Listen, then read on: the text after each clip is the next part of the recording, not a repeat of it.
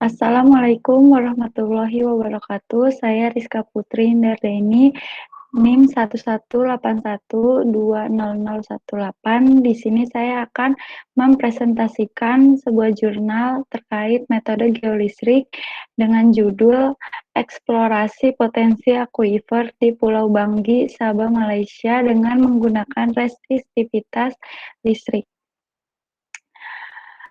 Pendahuluan, air tanah merupakan sumber air tawar alternatif untuk banyak negara. Banyak negara di Asia telah mengalami masalah mengenai air tanah. Oleh sebab itu, studi geofisika sangat dibutuhkan dengan menggunakan metode geolistrik karena dapat mengukur resistivitas di bawah permukaan. Resistivitas listrik dapat digunakan sebagai data dasar untuk eksplorasi dan ekstraksi air tanah untuk sumber pasokan air bagi masyarakat lokal di pulau tropis, karena akses ke air olahan dari instalasi pengolahan terbatas. Penelitian ini menggunakan teknik inversi smoothness constrained Gauss-Newton least square. Adapun tujuan dari penelitian ini yaitu untuk mengkarakterisasi bawah permukaan, menilai litologi lapisan dengan biasanya menentukan kedalaman spesifik dan kemungkinan luas formasi bantalan akuifer potensial. 2. Mengkorelasikan dengan data profil penebangan dari daerah lain dalam pulau yang sama untuk mengkonstruksi model air tanah yang lengkap, guna meningkatkan pemahaman tentang penelitian air tanah di Pulau Banggi. Adapun ringkasan hasil dan kesimpulan yaitu dapat dilihat pada gambar. Pada pengolahan data akuisisi, penelitian dilakukan di dua daerah yang terletak di Pulau Banggi, Laksian Primary School atau disebut dengan LPS dan Padang Primary School PPS dengan menggunakan perangkat lunak ResStudiv untuk mendapatkan model inversi dua dimensi dari bawah permukaan. Dapat dilihat pada gambar tersebut, Pulau Banggi terletak di Kudat, Sabah dan terkenal sebagai pulau terbesar di Malaysia. Dua area ditandai pada kedua formasi tersebut yaitu LPS dan PPS. Area 1 LPS tertutup oleh formasi Bongaya, sedangkan area 2 PPS dibatasi oleh formasi Rijang sampai Split. Lanjut pada gambar 2, rencana tata letak jalur survei dalam area LPS, dan gambar 3, rencana tata letak jalur survei dalam area PPS. Pada gambar 2 dan 3 menunjukkan rencana tata letak untuk data akuisisi survei dua dimensi di area 1 LPS dan area 2 PPS. Pada area 1 memiliki jangkauan horizontal yang relatif baik, tetapi memiliki kekuatan sinyal yang jauh lebih baik dibandingkan dengan area 2. Setiap jalur transect menggunakan elektroda yang berbeda, yaitu untuk setiap 400 meter peregangan menggunakan 61 elektroda, 64 kabel jumper, dan 4 kabel Rollon King. Setiap bentangan 200 hingga 220 meter.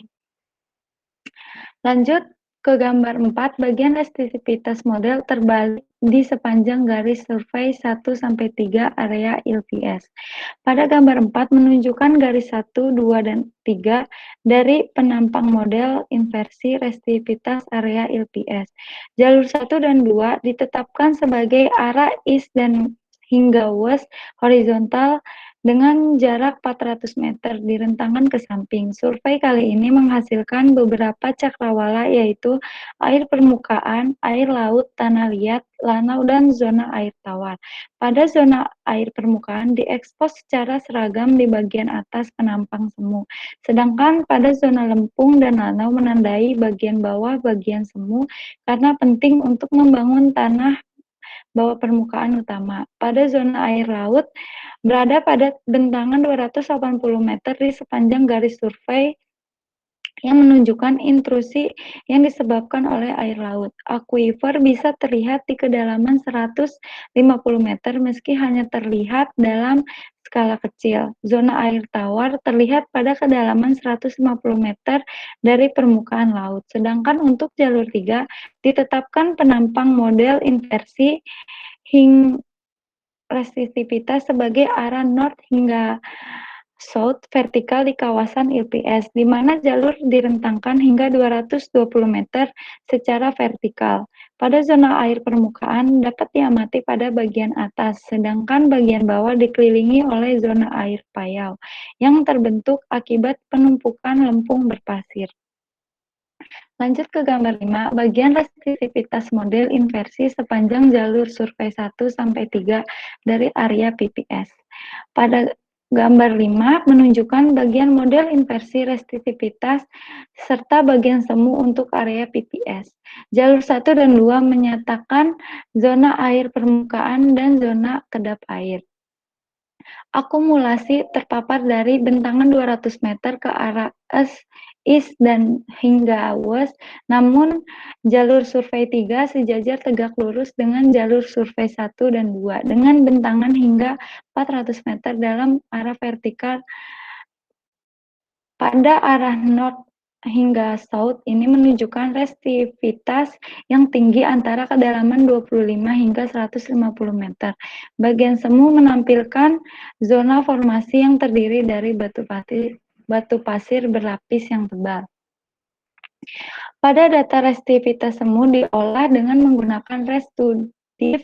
Pada software ini menggunakan teknik inversi smoothness constrained Gauss-Newton least square.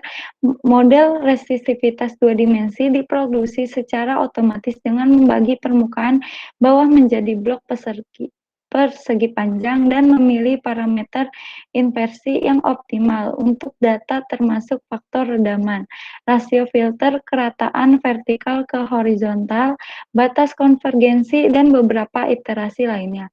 Selain itu, parameter inversi telah disesuaikan agar sesuai dengan tipe data yang berbeda. Software tersebut menghitung nilai resistivitas semu dari blok model menggunakan metode beda hingga dan membandingkannya dengan data yang diukur.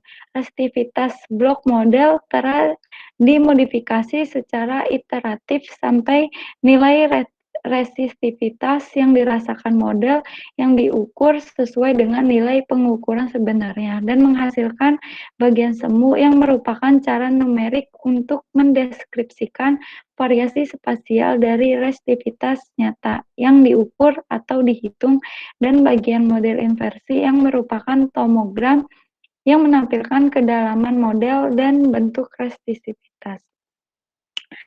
Adapun tanggapan dari penelitian ini yaitu sangat cocok untuk eksplorasi dan ekstraksi air tanah untuk sumber pasokan air bagi masyarakat lokal di pulau tropis. Pada metode geolistrik ini merupakan solusi yang tepat dalam memecahkan permasalahan cadangan air tanah yang berguna untuk mengetahui hubungan antara resistivitas dan kadar air tanah di bawah permukaan. Hal ini juga dapat diterapkan di negara Indonesia. Terima kasih. Sekian presentasi dari saya. Adapun kesalahan kata, saya mohon maaf. Terima kasih.